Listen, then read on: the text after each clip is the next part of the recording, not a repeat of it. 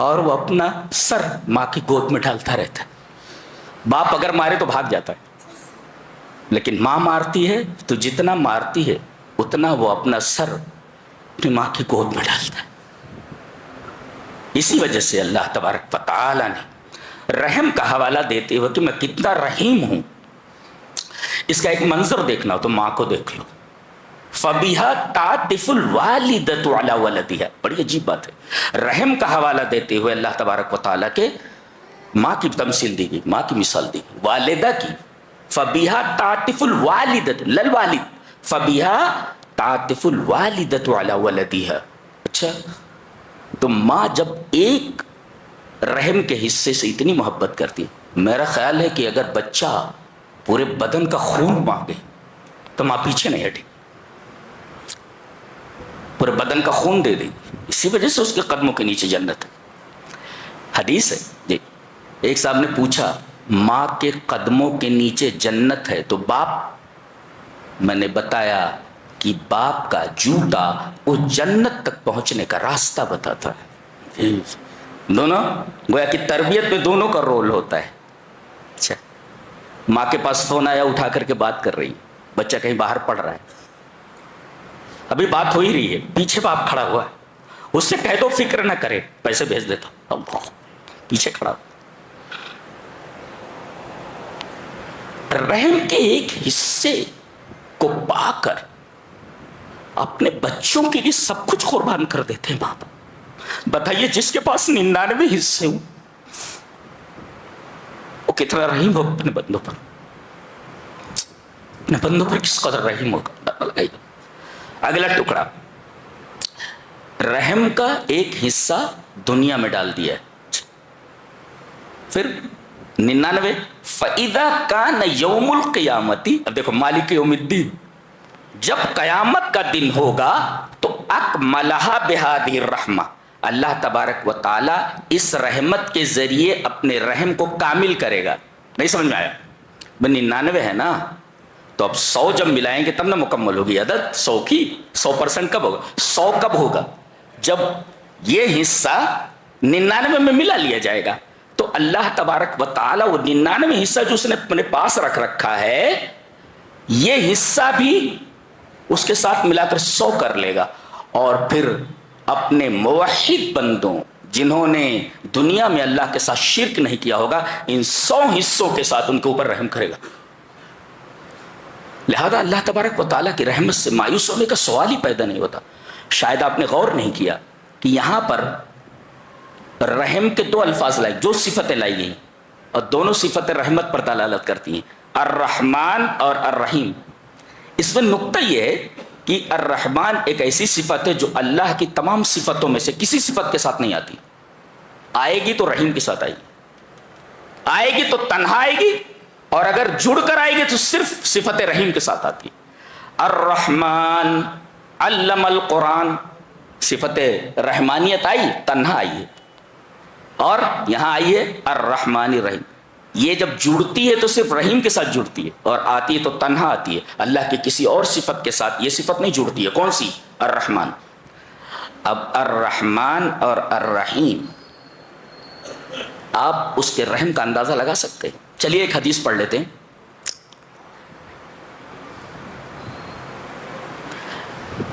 وعن ابن عباس رضی اللہ تعالی عنہما ان النبی صلی اللہ علیہ وسلم قال لما اغرق اللہ فرعون قال آمنت انه لا اله الا الذي آمنت به بنو اسرائیل فقال جبریل یا محمد فلو رأيتني وانا اخذ من حال البحر فادسه في فيه مخافت ان تدرکہ رحمت. رواہ الترمذی فی کتاب تفسیر القرآن. حضرت امام ترمذی رحمہ اللہ اس حدیث کو ترمذی شریف کتاب ابواب تفسیر القرآن میں لائیں، جہاں قرآن کی آیتوں کی تفسیر کی ہے نبی اکرم صلی اللہ علیہ وسلم نے. فرماتے ہیں کہ نبی اکرم صلی اللہ علیہ وسلم نے ارشاد فرمایا کہ جب اللہ نے فرعون کو بحر قلزم میں ڈبویا، جب ڈوبنے لگا تو ساری ہیکڑی ہوا ہو گئی. زندگی بھر کہتا رہا انا ربکم الاعلی، میں تمہارا سب سے بڑا رب ہوں. جب ڈوبنے لگا موت کو اس نے سامنے دیکھا تو ساری ربوبیت بھول گیا، کہاں کی بادشاہت، کہاں کی علو، کہاں کا علو اور کہاں کی بلندی سب بھول گیا. کہنے لگا آمنت، میں ایمان لایا، انہ لا الہ الا، اس ذات کے علاوہ کوئی معبود نہیں جس ذات پر بنو اسرائیلی ارے اتنا گھما پھرا کر کہنے کی کیا ضرورت تھی، بول دیتا نا لا الہ الا اللہ. تو یہ بول رہا ہے میں ایمان لایا اس بات پر کہ نہیں ہے کوئی معبود سوائے اس کے جس پر بنی اسرائیلی یہ لمبا چوڑا کر رہا ہے بندہ اس کو. حضرت جبرائیل فرما رہے ہیں، کہہ رہے یا محمد، اے محمد صلی اللہ علیہ وسلم، میں وہاں حاضر تھا. اللہ، دیکھو میرے رونگٹے کھڑے ہوئے. آپ دیکھ رہے ہیں کہ یہ فرشتہ جو نبی پر قرآن لے کر آتا تھا یہ ہزاروں سال پہلے اس وقت بھی موجود ہے موسیٰ کے ساتھ جب فرعون ڈوب رہا ہے. تو عجیب و غریب بات ہے، یہ فرشتہ کیسا عجیب فرشتہ ہے. جبرائیل وہاں موجود ہیں ہزاروں سال پہلے، فرعون کے ڈوبتے وقت وہاں موجود ہیں. اور وہ نبی سے کہہ رہے ہیں کاش آپ دیکھتے کہ میں سمندر کی گہرائی سے کیچڑ نکال رہا تھا. آج بڑی بڑی مشینیں سمندر کی گہرائی کو ناپ نہیں سکتی ہیں، یہ فرشتہ نیچے جا کر کے اس کیچڑ نکال کر کے لا رہا ہے. کیسا فرشتہ ہے، کتنا طاقتور ہے، کتنا طاقتور ہے. ان کو گیس کی ضرورت نہیں، ان کو ماسک کی ضرورت نہیں، دریا کی سمندر کی گہرائیوں میں چلے جاتے.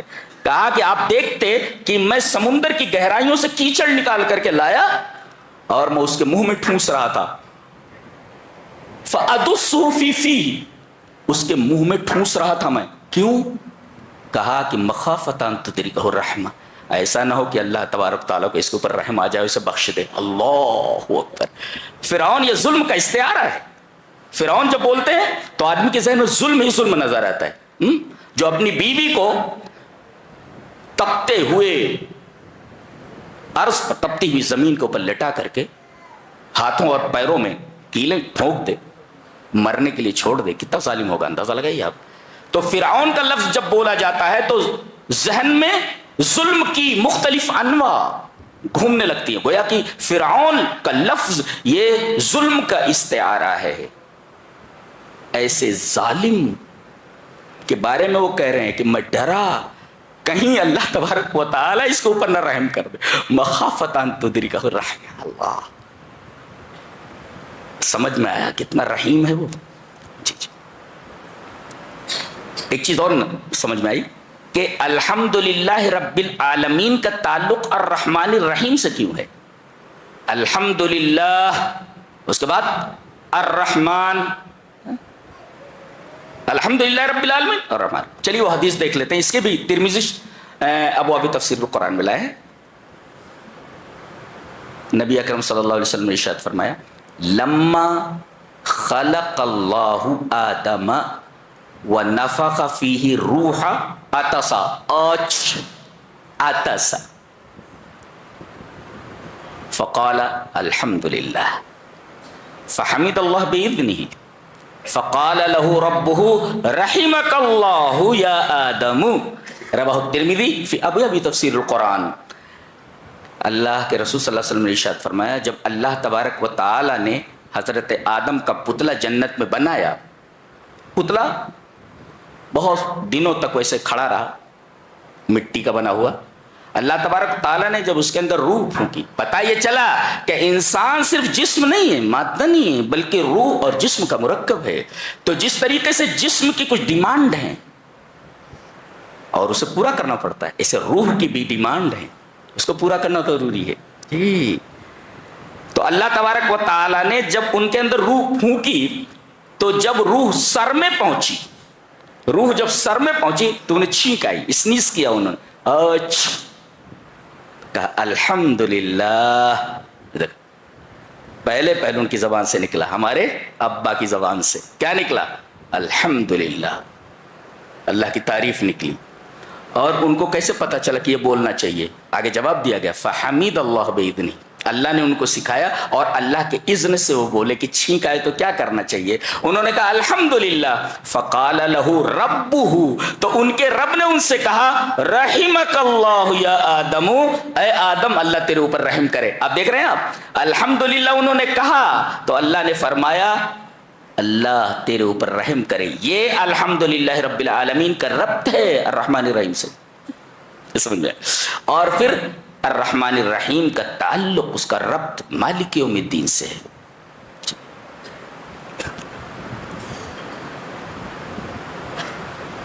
بڑی عجیب و غریب کتاب ہے یہ, اتنی سسٹمیٹک ہے. دنیا میں سائنس کی کتاب ہے لیکن مانن ان کے اندر سائنس موجود. یہ لفظوں کی سائنس ہے, کائنات میں سے کتاب موجود نہیں. جو لفظ جہاں رکھ دیا گیا ہے وہاں سے اس لفظ کو ہٹا کر اس کے معنی میں کوئی اور لفظ وہاں رکھ دیا جائے, وہ معنی نہیں بنتا. جی نہیں بنتا. لفظوں کی سائنس, کائنات میں ایسی کتاب موجود نہیں ہے, آپ سمجھ لیں.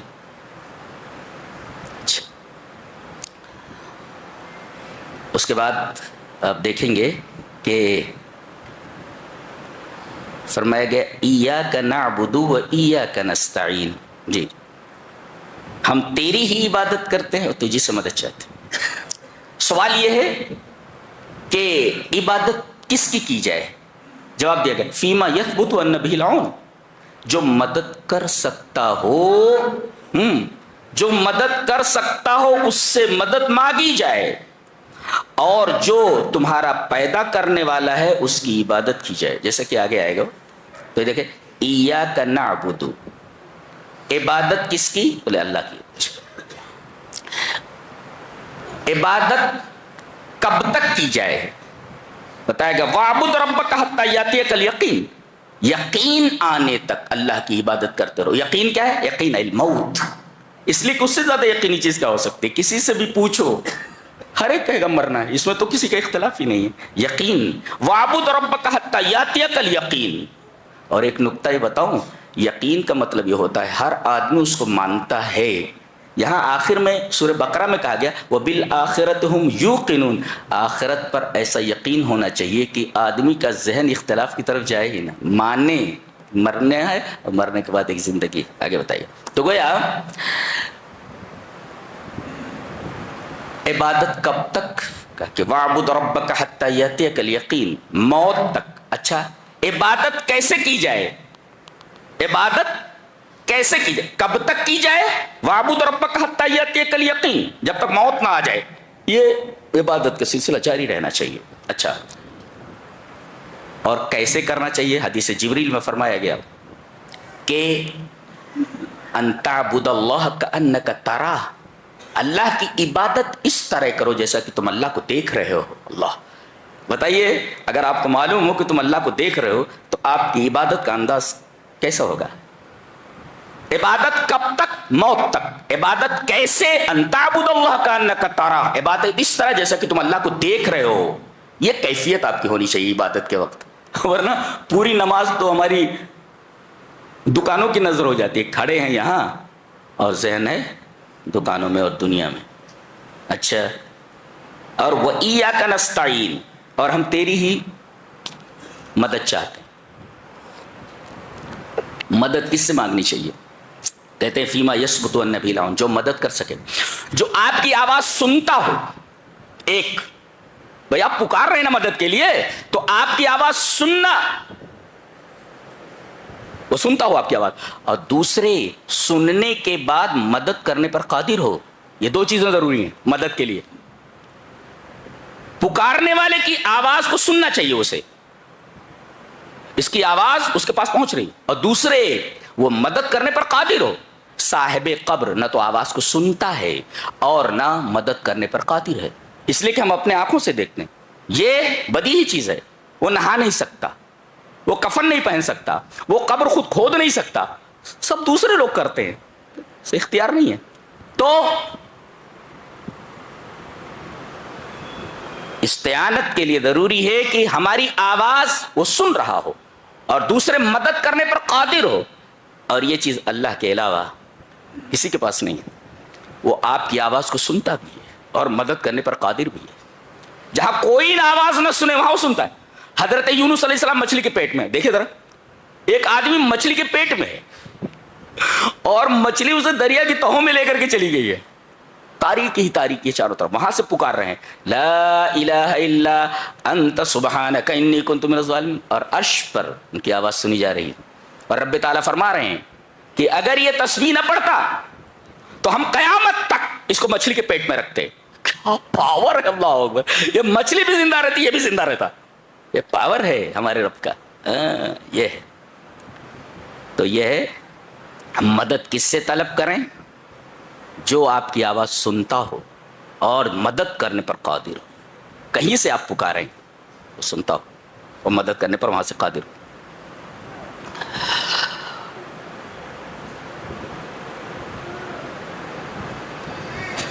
اس کے بعد ہم دیکھتے ہیں سورہ بقرہ ہے.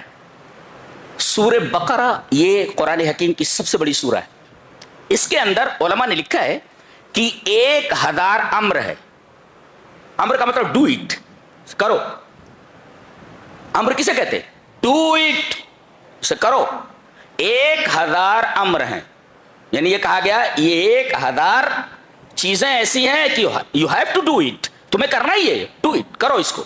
اچھا, اور 1000 نہیں ہے, یعنی ڈونٹ ڈو اٹ, اسے تمہیں نہیں کرنا ہے. 1000 احکام ایسے ہیں کہ جن کے بارے میں کہا گیا کہ you have to do it, یعنی ڈو اٹ, کرو.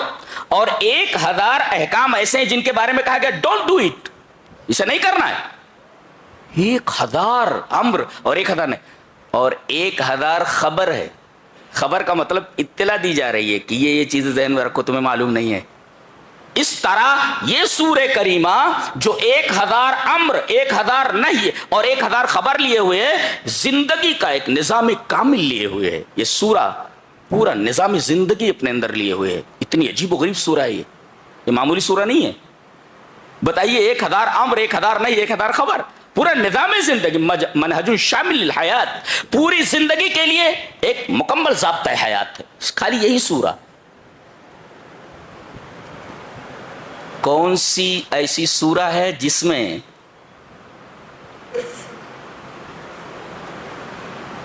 ایک جانور کا نام 3 بار آیا ہے؟ یہی سورہ ہے. وہ کون سا جانور ہے؟ العجل, گائے کا بیٹا, گائے کا بچہ. العجل, عجل مانے بچڑا. ایک تو یہ, اور اس سورہ کریمہ میں سب سے بڑا ظالم کس کو کہا گیا ہے؟ وَمَنْ أَظْلَمُ مِمَّنْ مَنَعَ مَسَاجِدَ اللَّهِ أَنْ يُذْكَرَ فِيهِ اسْمُهُ وَسَعَىٰ فِي خَرَابِهَا, جو مساجد میں آنے سے روکے, سب سے بڑا ظالم ہو, اور اس کے ویران ہونے کی کوشش کرے, ویران کرنے کی کوشش کرے کہ مسجد ویران ہو جائے, لوگ نہ آئیں وہاں, سب سے بڑا ظالم ہو ہے. تو اس سورہ کریمہ میں کس کو سب سے بڑا ظالم کہا گیا ہے؟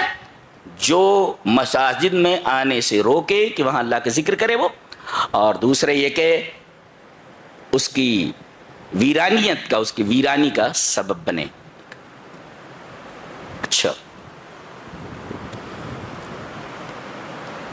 وہ کون سا نبی ہے کہ جس کا ذکر 11 مرتبہ آیا سورت کے اندر؟ وہ سورہ کون سی ہے؟ یہی سورہ ہے. وہ کون سے نبی ہیں؟ حضرت موسیٰ. یہ واحد سورہ ہے, 11 مرتبہ حضرت موسیٰ علیہ السلام کا ذکر آیا ہے. اور ہمارا بڑا گہرا تعلق موسیٰ علیہ السلام سے ہے, بنی اسرائیل سے. جی, نبی کریم صلی اللہ علیہ وسلم معراج میں گئے تو آپ کو پہلے 50 نمازیں دی گئیں. جی جی, حدیث صحیح ہے, 50 نمازیں دی گئیں. نیچے جب آئے حضرت موسیٰ علیہ السلام نے پوچھا کیا ملا تحفے میں؟ کہا نمازیں ملی 50 وقت. کہا کہ آپ کی امت اس کو سنبھال نہیں پائے گی, کم کروائیے. آپ گئے, کچھ کم ہوئی. موسیٰ علیہ السلام نے کہا پھر سے جائیے اور کم کروائیے.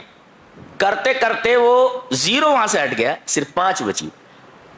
حدیث میں ہے آواز آئی کہ اے میرے بندے, اے میرے رسول, یہ نماز 50 وقت کی فرض ہوئی تھی, اب 5 کر دی گئی ہے, لیکن ثواب 50 کا رکھ دیا گیا ہے. یعنی کوئی آدمی اگر 5 وقت کی پابندی کر لے تو 50 وقتوں کی نماز کا ثواب اسے دے دیا گیا ہے. یہ حدیث صحیح ہے. نہیں تو سارا کام دھام چھوڑ کر کے مسجد میں آدمی کو بیٹھے رہنا پڑتا. یہ اس نبی کا احسان ہے ہم لوگوں کے اوپر. کم کرواؤ کم کرواؤ کم کرواؤ. اس میں بھی کم کروا رہے تھے. حضرت موسیٰ بولے جائیے اور کم کروائیے, مجھے امت کو ڈیل کرنے کا بڑا گہرا تجربہ ہے, میں آپ سے پہلے ہوں, میں نے دیکھا امت کیسے ہوتی ہے, کم کروائیے. کہا کہ اب مجھے اپنے رب کے پاس جاتے ہوئے شرم آتی. جی تو یہ سورہ بقرہ ہے. اس میں سب سے پہلے جو ہے ذالک الکتاب, کتاب تو سامنے ہے, دس بک ایسا بولنا چاہیے نا. اللہ فرما رہا دیٹ بک, وہ کتاب تو سامنے ہے. یہ کہنا چاہیے ھذا الکتاب لا ریب فیہ, اس کتاب کے اندر کوئی شک نہیں. یہ کہا جا رہا ہے ذالک الکتاب لا ریب, وہ کتاب کون سی؟ یہاں بتایا گیا کہ ھذا کے بجائے دس کے بجائے دیٹ جو لایا گیا ہے, نقطہ یہ ہے کہ اس کی بلندی کی طرف دیٹ کے ذریعے اشارہ کیا جاتا ہے, کوئی چیز دور ہو تو وہ ایسا that boy who is running on the road, تو یہ وہ ایسا کرتا, وہ کہا گیا ہے یہ کتاب جو ہے نا وہ ہے. وہ کون سی؟ جہاں اتنی دور ہے, وہ اشارے بعید ہے, اتنی دور ہے جہاں محرفین کے تحریف کے ہاتھ وہاں تک نہیں پہنچ سکتے کہ اس کتاب میں تحریف کر سکیں. جی وہ اتنی دور ہے کہ پرانی نہیں ہو سکتی. جی ہمیشہ نئی چیزیں سامنے آتی ہیں. جی اور یہ کتاب ایسی ہے جو شک سے بہت دور ہے. یہ کتاب ایسی ہے جو تعارض اور اختلاف سے بہت دور ہے. یہ ذالک لا کر کے جو بتایا گیا کہ دور, اشارے بعید جو لایا گیا, کیوں لایا گیا؟ یہ بتانے کے لیے. کیا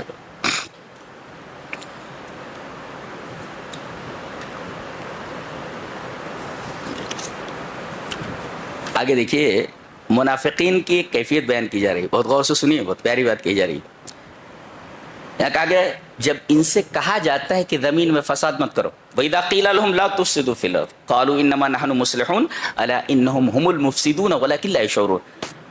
یہ کتاب یہ انداز بیان خود بتا رہا ہے, الگ ترتیب یہ جو آیات ہیں کہ یہ اللہ کا کلام ہے, اس لیے کہ اس طریقے کی مراعات لفظیہ, لفظوں کی رعایت کوئی امی نہیں کر سکتا. امی, ہمارے نبی امی تھا, الذی لا یقرأ ولا یکتب, جو نہ پڑھ سکے جو نہ لکھ سکے, وہ الامی. ایسی مراعات لفظیہ کیسے لا سکتا ہے؟ دیکھو کیسے کہا, زمین میں فساد نہ کرو, اور آخر میں کہا گیا لیکن یہ محسوس نہیں کرتے. دیکھ کیوں؟ اس لیے کہ فساد فی الارض محسوس ہے. بھائی فساد فی الارض جیسا قتل, کوئی آدمی قتل کر رہا ہے تو آدمی دیکھ سکتا ہے نا, محسوس کر سکتا ہے. نہب, لوٹ, کوئی آدمی کسی کو لوٹ رہا ہے تو یہ لوٹنا ایک محسوس چیز ہے, آدمی دیکھ سکتا ہے. چوری کر رہا ہے تو آدمی دیکھ سکتا ہے, دیکھو وہ چوری کر رہا ہے, یہ محسوس چیز ہے. اس وجہ سے وَلَكِنْ لَا يَشْعُرُونَ لایا گیا, احساس, اس لیے کہ فساد فی الارض اور افساد فی الارض کا تعلق احساس سے ہے. اس وجہ سے آیت کا آخری لفظ یشعرون لایا گیا تاکہ اس کا آخر اول کے مناسب ہو جائے. کیسی مراد لفظی ہے. اچھا, اس کے بعد کہا جا رہا وَإِذَا قِيلَ لَهُمْ آمِنُوا, جب ان سے کہا جاتا ہے ایمان لاؤ, جیسا کہ صحابہ ایمان لائے, تو یہ کہتے ہیں ہم اس طرح ایمان لائے جیسے بیوقوف ایمان لائے, یعنی صحابہ کو بیوقوف کہہ رہے. اللہ فرما رہا ہے الا انہم هم السفہاء, یہ بیوقوف ہے, ولکن لا یعلمون, لیکن انہیں علم نہیں. اب دیکھیے, جہاں افساد فی الارض کی بات آئی وہاں ولکن لا یشعرون کہا گیا, اور جہاں ایمان کی بات آئی وہاں یعلمون کہا گیا, لا یعلمون. پتہ یہ چلا کہ ایمان امر غیبی ہے جو دکھائی نہیں دیتا, الذی لا یدرک الا بالعلم, علم کے ذریعے ہی معلوم ہوتا ہے وہ. جی, لہذا ایمان امر غیبی ہے, دکھائی نہیں دیتا, محسوس نہیں ہوتا, لہذا وہاں علم لایا گیا. اور چونکہ افساد فی الارض یہ آنکھوں سے دکھتا ہے, محسوس ہے, لہذا وہاں پر لفظ محسوس لایا گیا ولکن لا یشعرون. یہ انداز بیان بتاتا ہے کہ یہ انسان کا کلام نہیں ہو سکتا. میں تو ویسے بھی عربی کا طالب علم ہوں, اور یہ کتاب عزیز تقریباً 20 سال سے میرے مطالعے کا موضوع ہے. اس مختصر وقت میں آپ سے کیا کہا جائے, کیا ایک لفظ کا بیان نہیں ہو سکتا, ایک لفظ کی شرح میں نہیں کر سکتا. جی جی, اور میں اپنی سطح سے اگر شرح کرنے لگوں ایک بھی سمجھ میں نہیں آئے گا آپ کے. جی جی, آگے فرمایا گیا اللہ نے اس پہلی سورہ کے اندر ایک سب سے پہلے پوری انسانیت کو مخاطب کر کے فرمایا. مخاطب کون ہے؟ پوری انسانیت. اور مخاطب کون ہے؟ اللہ. مخاطب کون؟ اللہ. اور مخاطب کون؟ پوری انسانیت. پوری انسانیت کو مخاطب کر کے اور پوری انسانیت کو مخاطب بنا کر کے اللہ تبارک و تعالیٰ نے سب سے پہلی چیز جو کہی ہے، ایک کہے کہ کرو اور ایک کہے نہ کرو. سب سے پہلے پوری انسانیت کو خطاب کر کے کہا کہ ایک چیز تمہیں کرنا ہے اور ایک چیز نہیں کرنا، سب سے پہلے. اور خطاب پوری انسانیت سے کیا ہے وہ دیکھتے. یا ایھا الناس اعبدوا، ناس الناس پوری تمام کے تمام لوگ، اے دنیا کے تمام انسانوں یہ کرنا ہے تمہیں، کیا؟ اعبدوا ربکم، اپنے رب کی عبادت کو. سب سے پہلے پوری انسانیت کو خطاب کر کے کہا گیا صرف رب کی عبادت کرو. اور منع کس چیز سے کیا گیا؟ آگے فرمایا گیا ولا تجعلوا فلا تجعلوا للہ اندادا، اللہ کا شریک نہ بناؤ. تو کرنے کے لیے کیا کہا گیا؟ اس کی عبادت کرو. اور منع کس سے کیا گیا؟ فلا تجعلوا للہ اندادا. اندادا اے نظراء فی العبادہ، عبادت کے اندر اس کا کوئی شریک نہ بناؤ. اللہ اکبر. سب سے پہلے خطاب یہ پوری انسانیت، ذہن میں رکھو اس کو، پوری انسانیت کو خطاب کر کے یہاں کہا گیا ایک چیز کرنا ہے عبادت اللہ کی، اور ایک چیز نہیں کرنی ہے، اس کا شریک نہیں بنانا ہے. پتہ یہ چلا سب سے عظیم چیز توحید ہے، اور سب سے خراب چیز، سب سے بری چیز اگر کوئی ہو سکتی تو شرک ہے. اس لیے کہ اللہ تبارک تعالیٰ نے سب سے پہلے اس چیز کے کرنے کا حکم دیا اور اس چیز سے منع کیا. سمجھ میں آیا؟ جی. آگے ایک واقعہ بیان کیا جا رہا ہے کہ اللہ تبارک و تعالی نے حضرت آدم کو پیدا فرمایا اور فرشتوں سے یہ کہا کہ میں خلیفہ بنانا چاہتا ہوں. اللہ کا خلیفہ نہیں، لا لا لا، اللہ کا خلیفہ کوئی ہو نہیں سکتا. جی. ابن تیمیہ نے کہا کہ اگر کوئی یہ کہے کہ اللہ کا خلیفہ ہے آدم، تحقیق کس نے کفر کیا. اللہ کو کوئی خلیفہ ہو ہی نہیں سکتا. اس لیے خلیفہ کہتے کس کو ہیں؟ کوئی شخص کوئی کام کر رہا تھا، ایک شخص کے ذمہ ایک کام ہے، وہ کہیں چلا گیا تو ایک آدمی کو اس کی جگہ پر رکھ دیا گیا، وہی کام کرنا ہے جو وہ کرتا تھا جو ابھی نہیں ہے. اس کو کہتے ہیں خلیفہ. تو اللہ کا خلیفہ کوئی ہو ہی نہیں سکتا. اللہ کو موت نہیں آتی. اللہ تو ہر جگہ جو ہے ہر جگہ سے دیکھ رہا ہے. اللہ کیا کہا اللہ نے؟ میں زمین میں ایک خلیفہ بنانا چاہتا ہوں. فرشتوں نے فوراً کہا، دیکھو بڑی عجیب بات کہنے جا رہا ہوں میں. فرشتوں نے کہا اتجعل فیہا من یفسد فیہا ویسفک الدماء، ایسی مخلوق تو بنائے گا جو زمین میں فساد کرے اور خون بہائے. سوال یہ ہے کہ فرشتوں کو کیسے معلوم ہوا کہ یہ جو مخلوق پیدا کی جائے گی وہ خون بہائے گی اور فساد فی الارض کرے گی؟ نقطہ میرا اس سے پہلے یہاں جن رہتے تھے، انسانوں سے پہلے یہاں جن رہتے تھے. وہ آپس میں لڑتے رہتے تھے، خون بہاتے رہتے تھے، خون بہاتے رہتے تھے. تو ان کے فساد کو دیکھ کر کے فرشتوں نے ایسی بات کہی. جی جی. ایک بات تو یہ. اور دوسرے آپ دیکھیں کہ پہلے کہا کہ زمین میں فساد کرنا، اس کے بعد کہا کہ خون بہانا. پتہ یہ چلا کہ من اعظم الفساد فی الارض، من اعظم فساد فی الارض سفک الدماء، روئے زمین پر سب سے بڑا فساد کسی کا مرڈر کرنا ہے. آج تو انسانی جانیں کس قدر ارزاں ہو گئی ہیں، بات بات پر آدمی کو موت کے گھاٹ اتار دیا جاتا ہے. اللہ، یہ دیکھو نوری مخلوق کہہ رہی ہے کہ سب سے بڑا فساد فی الارض خون بہانا ہے، مرڈر کرنا ہے لوگوں کا.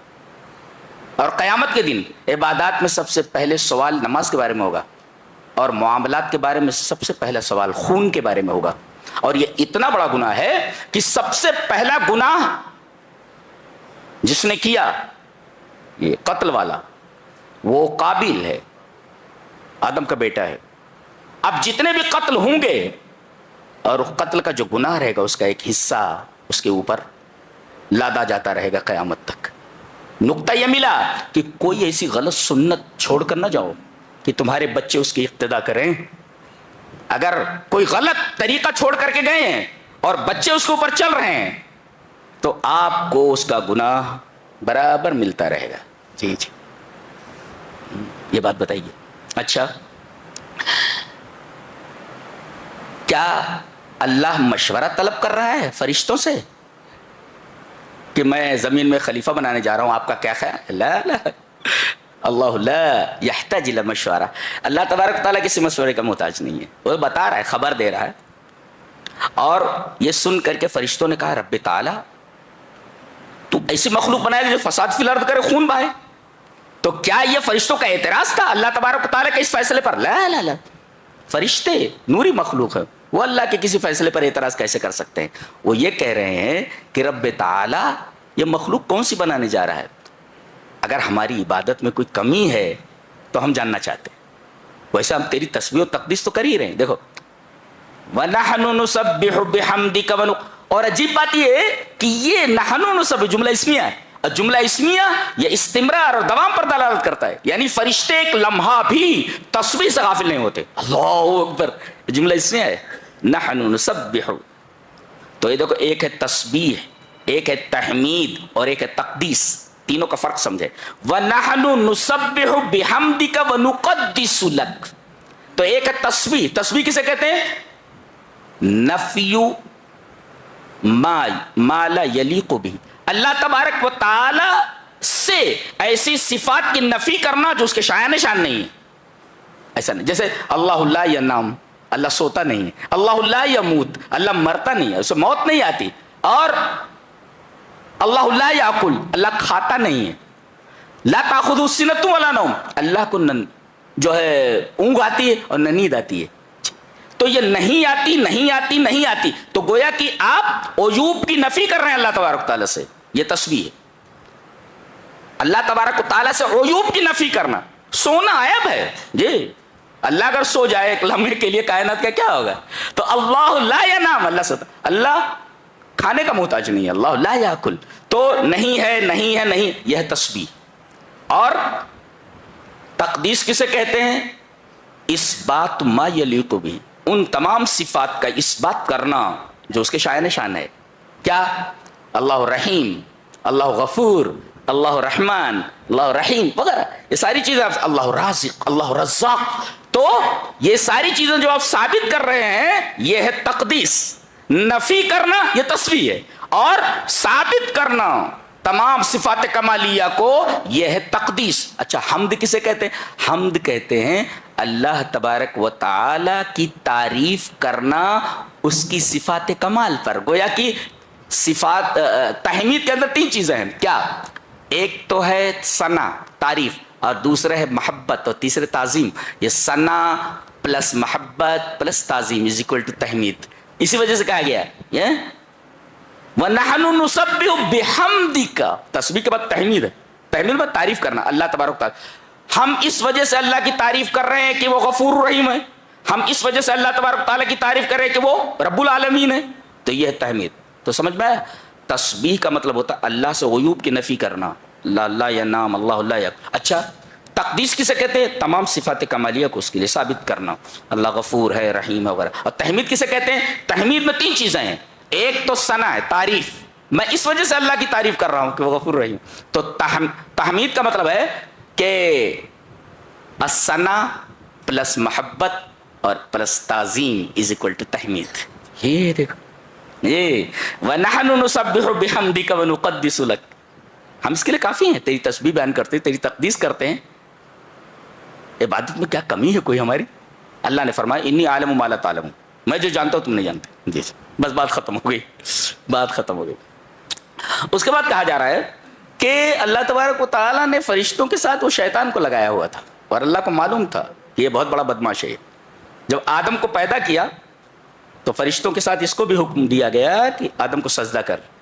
سجدہ نہیں کیا اس نے، ابا واستکبر وکان من الکافرین. جی انکار کیا اس نے. یہاں ایک بات قابل غور ہے کہ اللہ نے حکم دیا نہیں کیا. ایک غلطی دونوں سے ہوئی، آدم سے بھی غلطی ہوئی اور ابلیس سے بھی غلطی ہوئی. ایک سے کہا گیا تھا کر، نہیں کیا، اور ایک سے کہا گیا تھا نہ کر لیا. یہ تو اس سے کہا گیا تھا سجدہ کر، نہیں کیا. اور آدم اور حوا سے کیا کہا گیا؟ لا تقرب هذه الشجرة، اس درخت کا پھل نہ کھانا، کھا لیا. ایک سے کہا گیا تھا کر، نہیں کیا، اور ایک سے کہا گیا تھا نہ کر لیا. غلطی دونوں سے. اس میں سب سے بڑا گناہ کون سا ہے؟ آدم والا گناہ کہ ابلیس والا؟ ابلیس کا گناہ سب سے بڑا ہے. اللہ کسی چیز کے کرنے کا حکم دے، بندہ نہ کرے، یہ بڑا گناہ ہے. اور اللہ نے کسی چیز کے بارے میں کہا اسے نہیں کرنا ہے، کر لیا، تو یہ گناہ تو ہے مگر چھوٹا گناہ ہے. بڑا گناہ کون سا ہے؟ کرنے کا حکم دے اور بندہ نہ کرے، یہ بڑا گناہ ہے. اور اللہ نے کسی چیز سے منع کیا، نہیں کر رہا ہے، اور اگر آدمی کر لیتا ہے تو یہ گناہ تو ہے مگر چھوٹا گناہ ہے. تو بڑا گناہ کون سا اس کا گناہ ہے. کرنے کا حکم دیا اور نہیں کیا.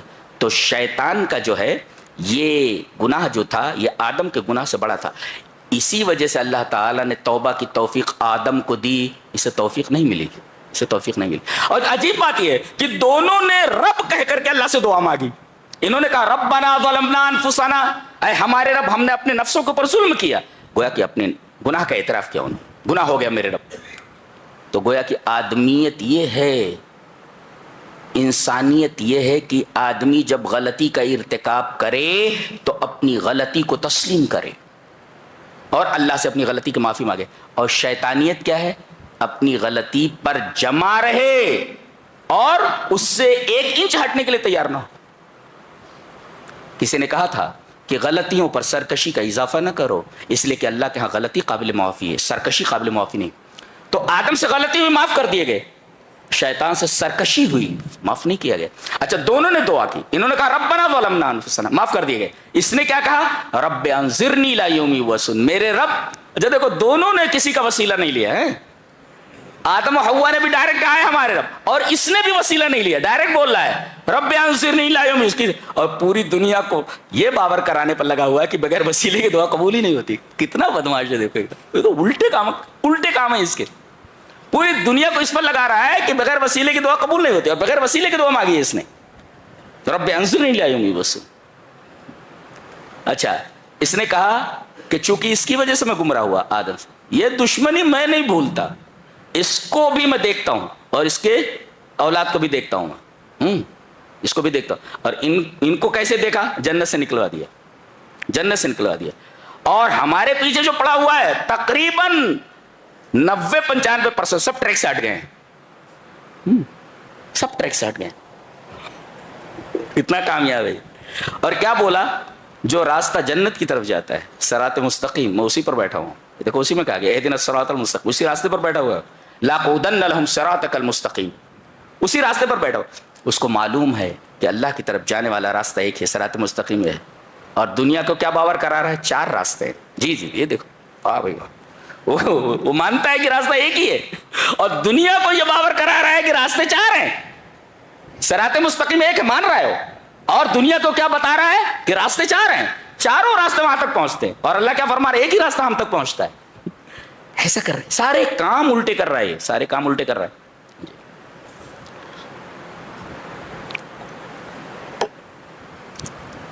آدم کو جب دھوکہ دیا اور وہ پھنس گئے, اس کے لیے لفظ کا استعمال ہوا معلوم ہے؟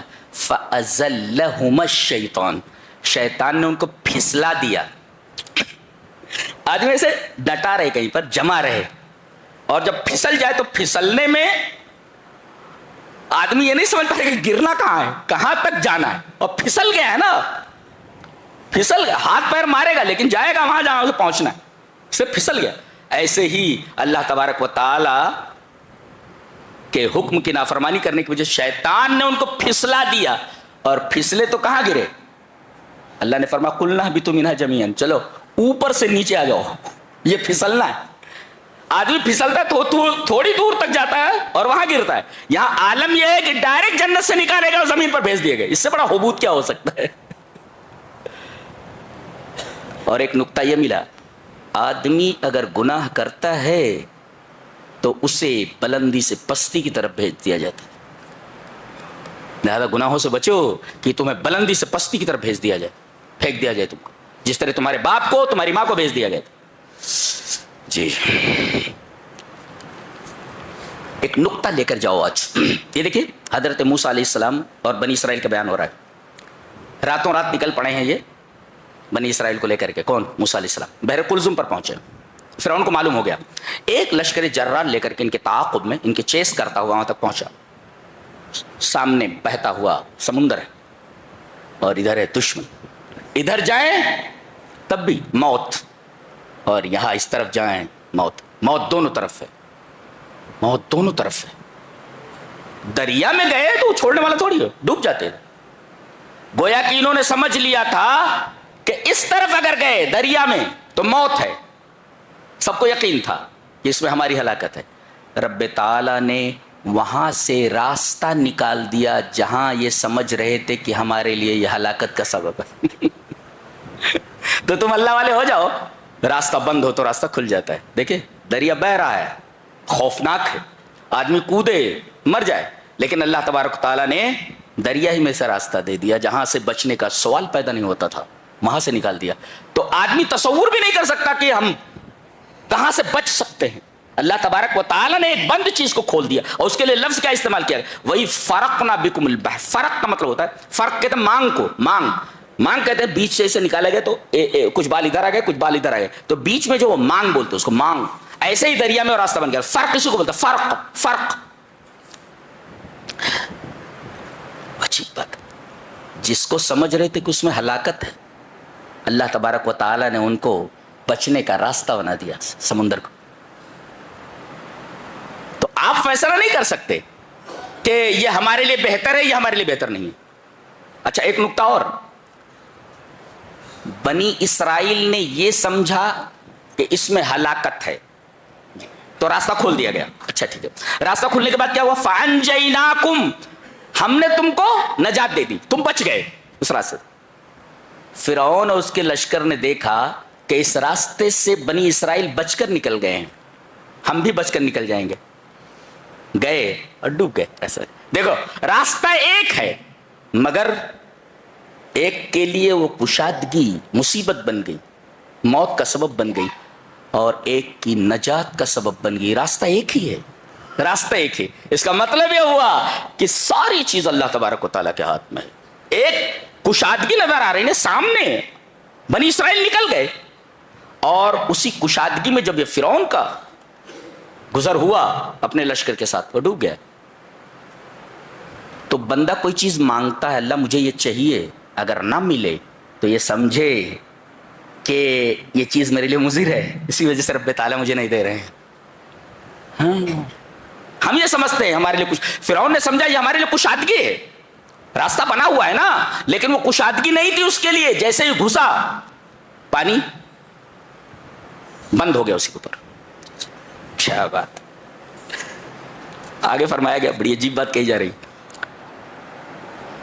میدان تیہ میں ہے، پیاس لگی، بہت ڈیزرٹ میں پانی کہاں ہے، پورا چاروں طرف ڈیزرٹ، بیونڈ ڈیزرٹ، رب جو سہارا ہی سہارا ہے، چھوڑ دکھائی نہیں دے رہا ہے پانی، وہاں سوال ہی پیدا نہیں ہوتا. کہا کہ موسیٰ اپنے رب سے بولو نا کہ ہمارے لیے پانی کا انتظام کرے. رب تعالیٰ پانی چاہیے ان کو. بڑی عجیب قوم تھی، بڑی عجیب قوم. اللہ تبارک تعالیٰ نے فرمایا وَإِذِ اسْتَسْقَىٰ مُوسَىٰ لِقَوْمِهِ فَقُلْنَا اضْرِب بِّعَصَاكَ الْحَجَرَ. موسیٰ علیہ السلام سے جب ان کے قوم نے کہا کہ پانی چاہیے تو انہوں نے اللہ سے دعا کی، تو اللہ نے فرمایا فَقُلْنَا، ہم نے کہا کیا، اضْرِب بِّعَصَاكَ الْحَجَرَ، اپنے عصا کو، اپنی لاٹھی کو اس پتھر کے اوپر مارو. پتھر ایک ہے، انہوں نے لاٹھی ماری اور وہ پتھر پھٹ گیا اور اس سے 12 چشمے نکل پڑے. منہ 12 عینا، 12 چشمے نکل پڑے پتھر سے. لاٹھی وہی ہے، پتھر پر مارا تو پتھر پانی بن گیا، اور جب پانی پر مارا تو پانی پتھر بن گیا. سمجھ میں آیا؟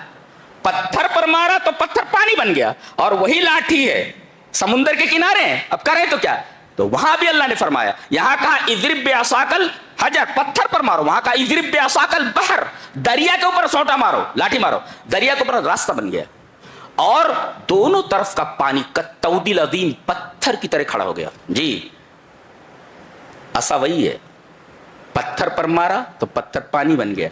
عصا وہی ہے، پانی پر مارا پتھر بن گیا. کیسے؟ اس لیے کہ ہم نے کہا ہے. اللہ فرما رہا ہے فقلنا، ہم نے کہا.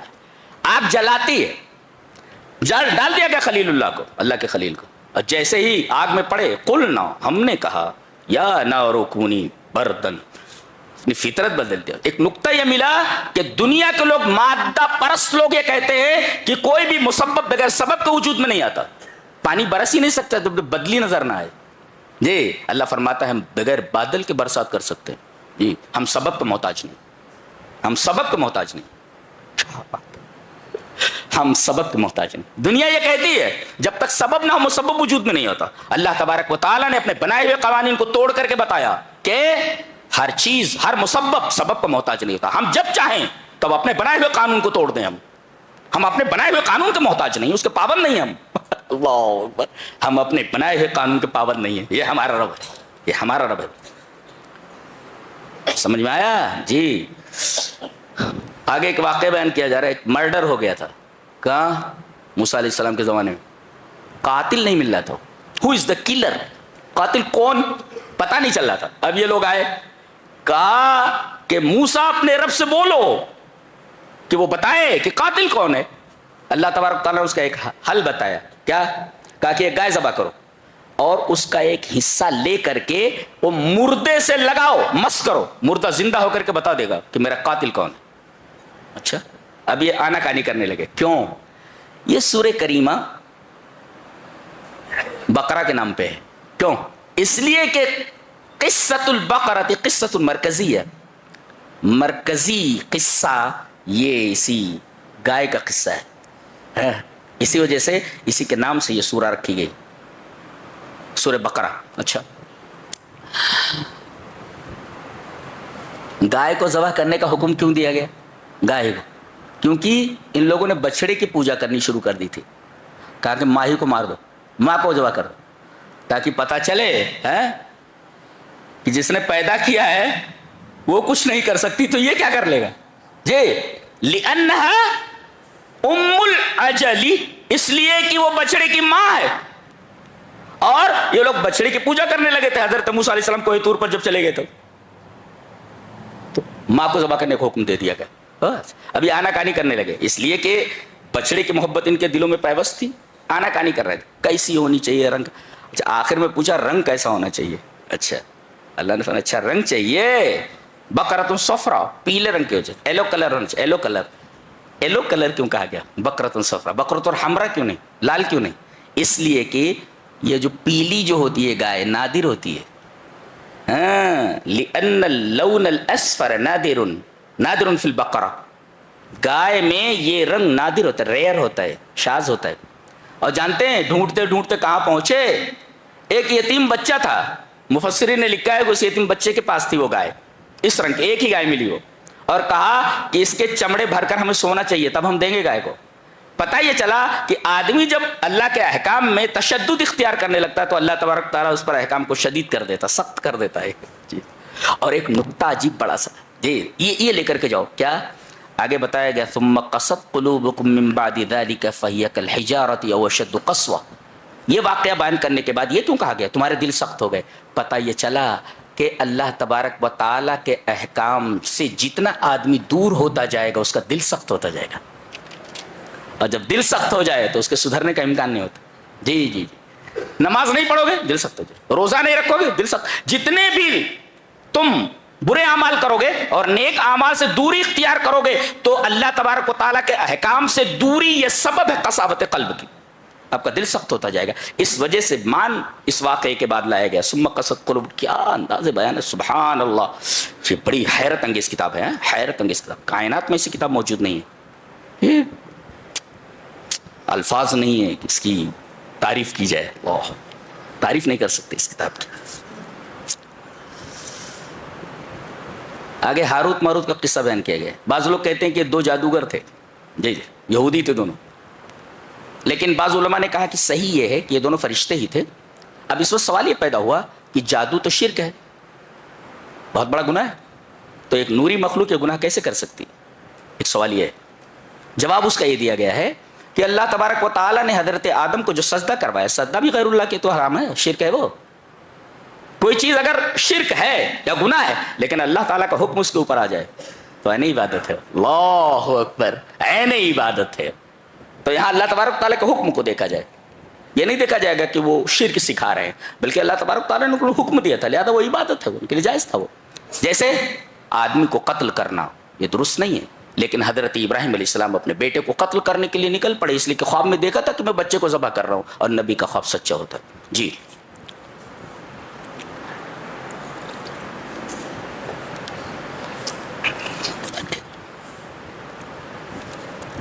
کیا بیان کیا جائے. سبحان اللہ و بحمدہ. بڑی عجیب کتاب ہے. آخر میں فرمایا گیا کہ باپ کو چاہیے خاص طور سے کہ اپنے بچوں کی تربیت زندگی کی آخری سانس تک کرتا رہے. یہ بتائے ام کنتم شہداء اذ حضر یعقوب الموت. حضرت یعقوب علیہ السلام کے پاس موت آ گئی, تمام بیٹوں کو بلایا. اذ قال لبنیہ ما تعبدون من بعدی. دیکھو موت کا وقت ہے, اب جا رہے ہیں دنیا سے, اپنے بچوں سے کہہ رہے عبادت کس کی کرو گے میرے بعد. اللہ اکبر. بچے بڑے بھی ہو جائیں تو باپ کو چاہیے کہ ان کی تربیت کرتا رہے. تربیت کا سلسلہ موت تک ختم نہیں ہوتا, باپ کی ذمہ داری ختم نہیں ہوتی. ویسے بھی ماں باپ کی ذمہ داری کہاں ختم ہوتی ہے. میرا پوتا ہے وہ, اور رات میں وہ جب جھڑکتے اڑکتے ہیں تو بھاگ کر کے نیچے آ جاتا ہے, میرے پاس سو جاتا ہے. اب میں بیوی سے بولتا رہتا ہوں, اب یہ بچوں کے ساتھ جو ہے پہلے ان کو سنبھالا, ہاں ان کے لیے ٹینشن لیا, اب یہ دیکھو دوسرا ٹینشن کھڑا کر کے بیٹھے, اب ان کو سنبھالو. پہلے بیٹوں کو بچوں کو سنبھالا, اب ان کو سنبھالو, ان کے بچوں کو سنبھالو, بچوں کو سنبھالو ان کے. تو یہ زندگی, آدمی یہ سمجھتا ہے کہ اب مجھے آرام مل جائے گا, اب مجھے آرام مل جائے گا. آرام کبھی بھی نہیں ملتا جی. مصیبتوں کا سلسلہ موت تک ختم نہیں ہوتا. ہاں آدمی یہ سوچ لے کہ فلاں مقام پر جا کر کے میری ذمہ داری ختم ہو جائے گی. لا, ذمہ داری ختم نہیں ہوتی, ذمہ داریاں بڑھتے رہتی, موت تک ذمہ داریوں کا سلسلہ دراز.